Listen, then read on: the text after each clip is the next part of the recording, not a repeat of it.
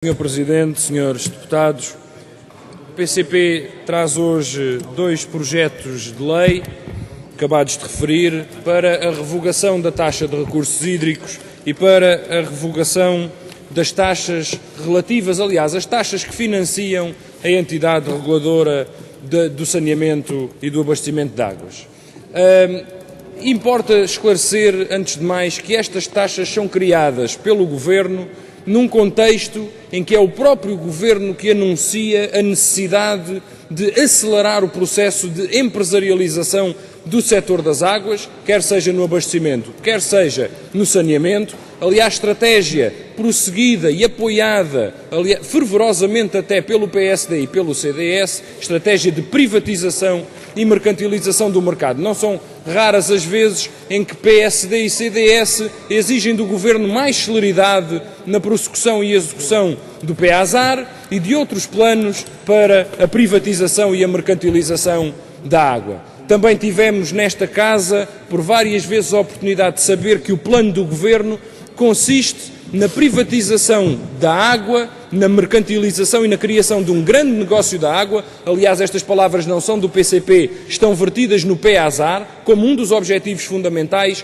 criação de um grande mercado da água e do grande negócio da água. São palavras contidas nos planos do Governo. E tivemos a oportunidade de ouvir, dizia eu, o Ministro do Ambiente na passada legislatura dizer que a sua estratégia era privatizar os serviços de abastecimento e saneamento de baixo para cima. E essa estratégia está de facto em curso. E estas taxas inserem-se perfeitamente nessa perspectiva.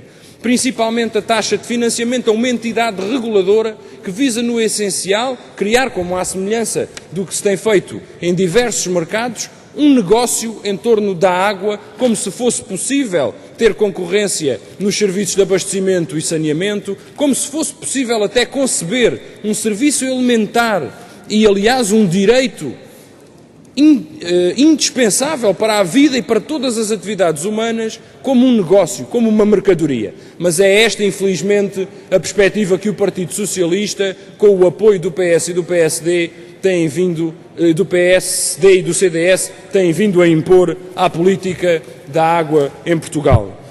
As taxas de recursos hídricos, por outro lado, visam precisamente colmatar a ausência do papel do Estado na manutenção da estabilidade do ciclo hídrico.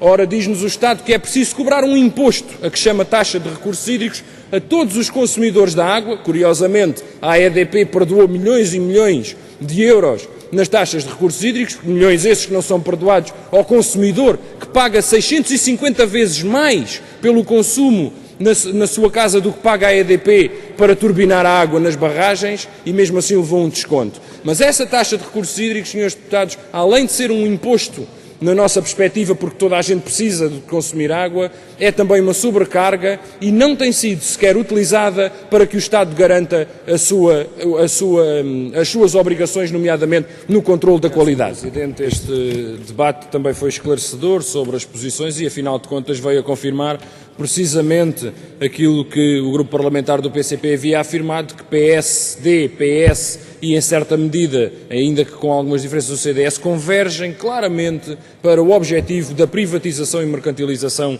da água. Sr. Deputado Acácio Pinto, permita-me que lhe dirija algumas palavras. É que se não fosse a consideração que tenho por si, dir-lhe-ia que da próxima vez peça a alguém que sabe do assunto para lhe escrever esse discurso. Porque o que estamos aqui a falar é da taxa de recursos hídricos cobrada pelo Estado. Não tem nada a ver com a sustentabilidade das instituições de abastecimento. Portanto, o Sr. Deputado, das duas uma, ou quis introduzir entropia neste debate para que não se percebesse do que se está a falar, ou de facto não estamos a falar da mesma coisa. O que estamos aqui a falar é de uma taxa que é cobrada aos cidadãos, é cobrada a todas as atividades económicas, a todos os empresários no país, principalmente com mais peso nas atividades produtivas, e que se reflete, obviamente, no preço dos produtos e que é cobrada tão só para que o Estado supostamente intervenha na manutenção da estabilidade do ciclo hídrico. Até hoje, Sr. Deputado, por várias vezes já pedimos ao Governo que nos faça a elencagem, a lista das intervenções do Governo na estabilidade do ciclo hídrico. E à parte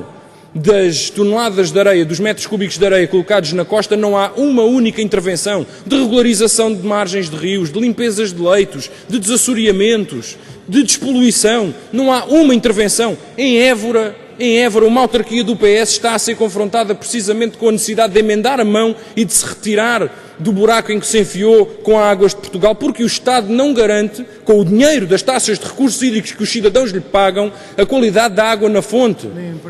Nem a empresa garante, que é uma empresa da Águas de Portugal, como sabe. Portanto, Sr. Deputado, entendamos-nos sobre o que estamos a falar. É injusto cobrar aos cidadãos uma taxa para que o Governo faça aquilo que sempre foi a sua obrigação, para que o Estado garanta a integridade do ciclo hídrico e para que garanta a qualidade da água, principalmente da água para consumo humano.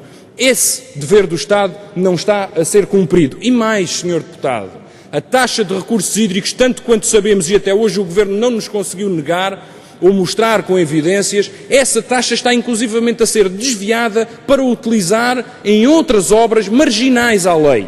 Porque o Polis, as obras do Polis não estão inseridas, o arranjo das marginais não está inserido na regularização dos cursos de água, Sr. Deputado, e as taxas estão a ser cobradas aos cidadãos da zona centro do país, não devem servir para ir fazer as obras Polis, que são a bandeira depois eleitoral de um partido no Algarve, como sabe bem que aconteceu. Portanto, senhores deputados, esta conversa do utilizador pagador, da poupança da água, da cobrança de taxas, visa no essencial, e a da ERSAR, da entidade reguladora, visa precisamente o mesmo objetivo, garantir que um punhado de empresas, nomeadamente de grandes empresas, consegue fazer daquilo que é uma necessidade básica, uma necessidade para todas as atividades humanas indispensável, fazer disso uma grande fonte de lucro, com o carimbo do PS, do PSD e do CDS.